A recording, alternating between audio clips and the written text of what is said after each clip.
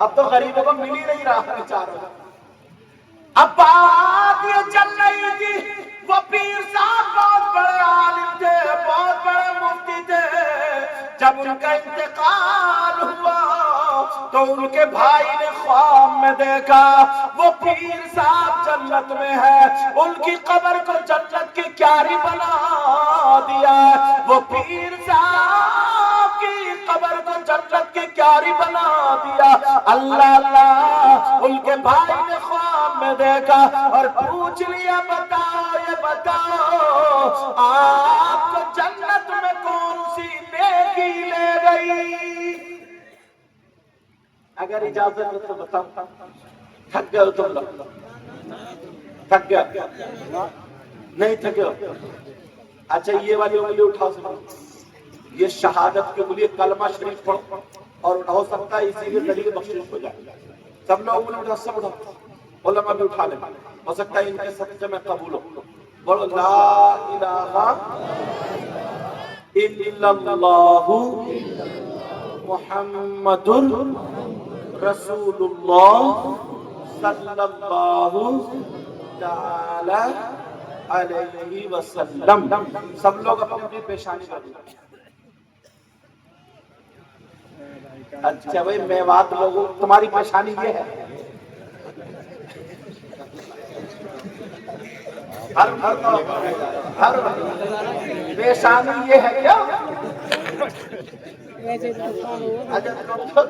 حضرت میں تو آلے بھی لگ جائے یہی رکھ رہا ہے تمہارا میں بڑا پیارا.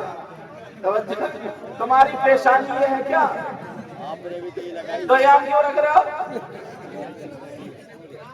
ہم مجھے پتہ چلا میں بات والوں کی پیشانی کرا گئی. ایسا کیا؟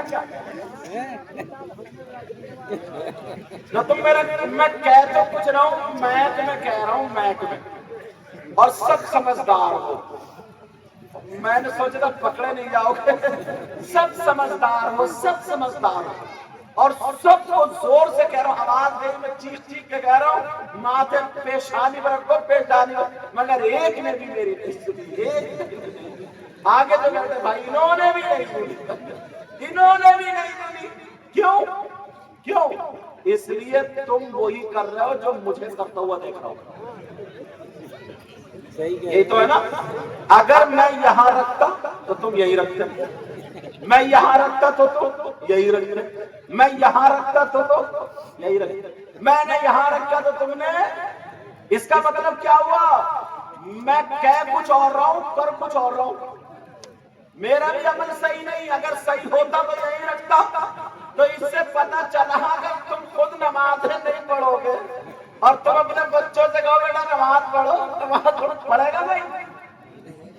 ماں دوپٹہ نہ اوڑھے, نہ سمجھ کے نہ رہے, پردے میں نہ رہے, اور ماں بیٹی سے کہا تم پردے رہے گی پردے میں. اس لیے پہلے تمہیں خود کو سدھرنا پڑے گا جیسے ہم سدھرے. سمجھ گئے میری بات؟ تمہیں سب کو سدھرنا پڑے گا. اب تو نہیں اٹکو گے یا اٹکو گے؟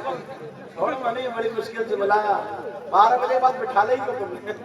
تم ذرا ٹائم دیکھ لو 1 منٹ. لوگ ہاں لوگ اٹھ کے جا رہے ہیں. 2 بجے سے پہلے تو چھوڑنے کا نہیں. چاند نظر آنا 2 بجے سے پہلے چھوڑنے کا نہیں. بڑی مشکل. کیا کہتے ہیں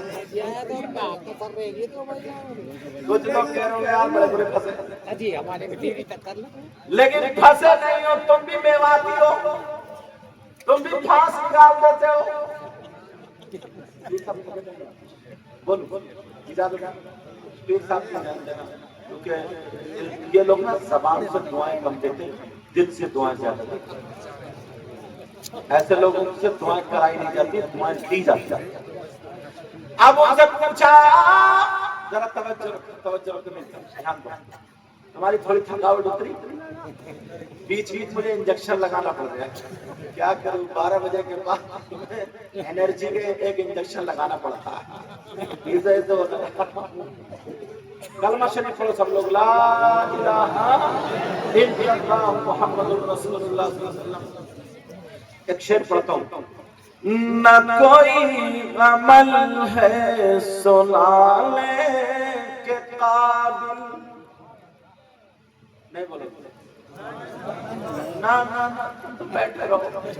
تم کیوں بولو؟ تم تو ایسے بیٹھے. تم بالکل مت.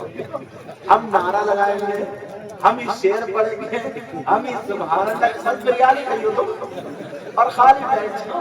ارے بولتے کیوں نہیں سبحان اللہ؟ ذرا زور سے بولو. اب بھی لگن میں بات میں بول رہا ہوں. نہ کوئی عمل ہے سنانے کے قابل کہ یا رسول اللہ. نہ کوئی عمل ہے سنانے کے قابل اور نہ منہ ہے تمہارے دکھانے کے قابل.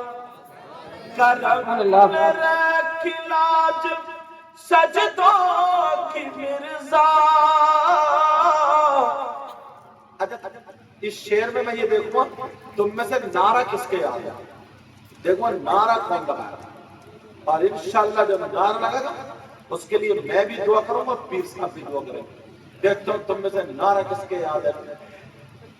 کرم رکھ لاج سجدوں کی مرزا کہ یا رسول اللہ. کرم رکھ لاج سجدوں کی مرزا یہ سر کہاں تھا آستانے کے قابل. نعرے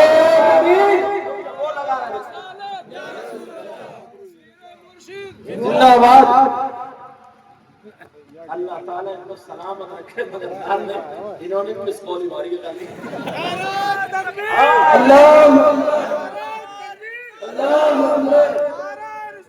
یا رسول اللہ.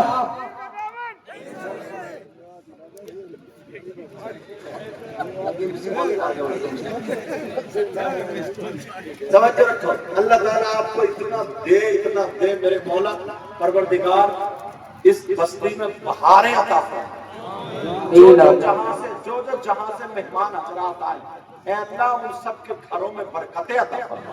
کوئی بیمار ہو تو شفا عطا فرما. میری بہنوں کہ یہاں بھی سیدہ فاطمہ کا طور طریقہ تھا. مولا کریم کوئی بغیر اولاد ہو تو اسے اولاد عطا فرما. اس مدرسے کو جس میں حضرت اور حضرت کا فیضان، اس مدرسے کو دن دونی رات چوگنی طرف عطا فرما. اب وہ کہنے لگے بھائی صاحب یہ بتاؤ آپ کی قبر کو جنت کی کیاری کیسے بنا دیا گیا؟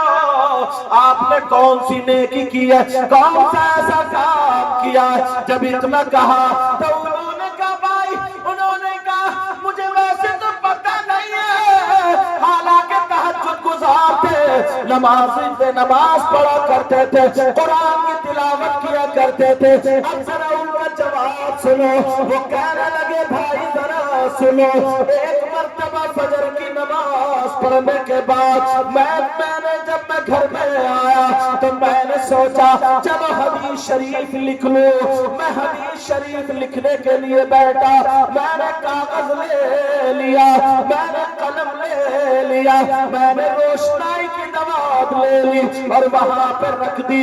اور رکھنے کے بعد میں بیٹھ گیا، ایک پاؤں کھڑا کر کے لکھنے کے لیے بیٹھا، حدیث شریف لکھنے کے لیے بیٹھا.